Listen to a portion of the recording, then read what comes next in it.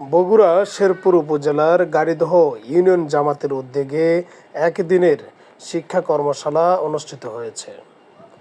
উক্ত কর্মশালায় সভাপতিত্ব করেন গাড়িদহ ইউনিয়ন জামাতের আমির মাওলানা মোহাম্মদ রুহুল আমিন। বিশেষ অতিথি হিসেবে উপস্থিত ছিলেন শেরপুর উপজেলা জামাতের সাধারণ সম্পাদক প্রভাষক আবদুল্লাহ মুস্তাফিদ নাসিম।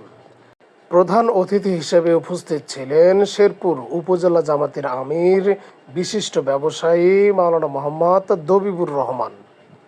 জামাত কর্মী মানে কি?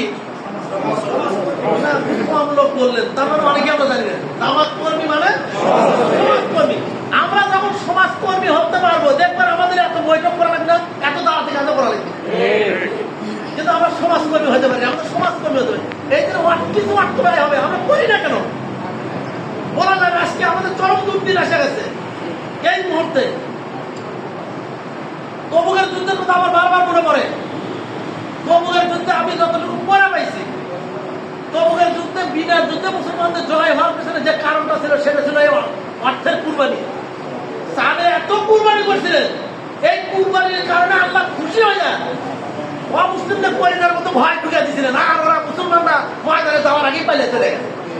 আজকে এই বাংলাদেশে জামাত ইসলামের কর্মীরা যদি অর্থ এইরকম তৃপ্তি সহকারে ব্যয় করে, আল্লাহ ব্যয়ের অবস্থা দেখে জন সেন্টিমেন্ট আরো বাড়ায় দিতে পারে। কি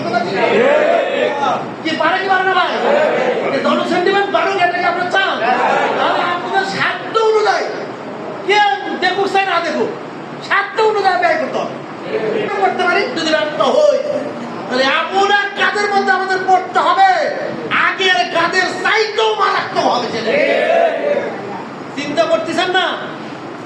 ক্ষমতা না জানি যা হচ্ছে, গেলে কি হবে এখন বুঝতেছেন না। তখন দেখবেন এখন টাকা ব্যয় করতে প্রচুর করতেছেন, তখন মাথায় দড়ি লাগে, তখন পুলিশ নিয়ে যাবে, তখন দেখবেন যে টাকা 20 টাকা বাড়ায়।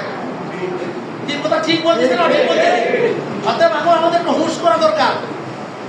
করার জন্য কিছু তেল তুল যদি দেওয়া লাগে, ইঞ্জিন পরিচালনা করার জন্য আমরা সেটা দেই, ইনশাল্লাহ কাজ হয়ে যাবে।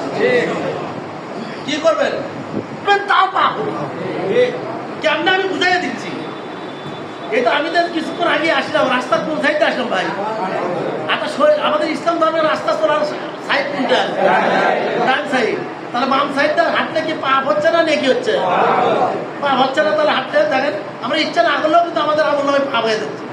কিন্তু এটা যদি ডানপন্থী এই সমাজে চালু হয়, ইসলামের রাষ্ট্র যদি কায়েম হয়, ইসলামী সিস্টেম যদি বাংলাদেশে চালু হয়, তখন মানুষ হাঁটবে কোন দিক দিয়ে?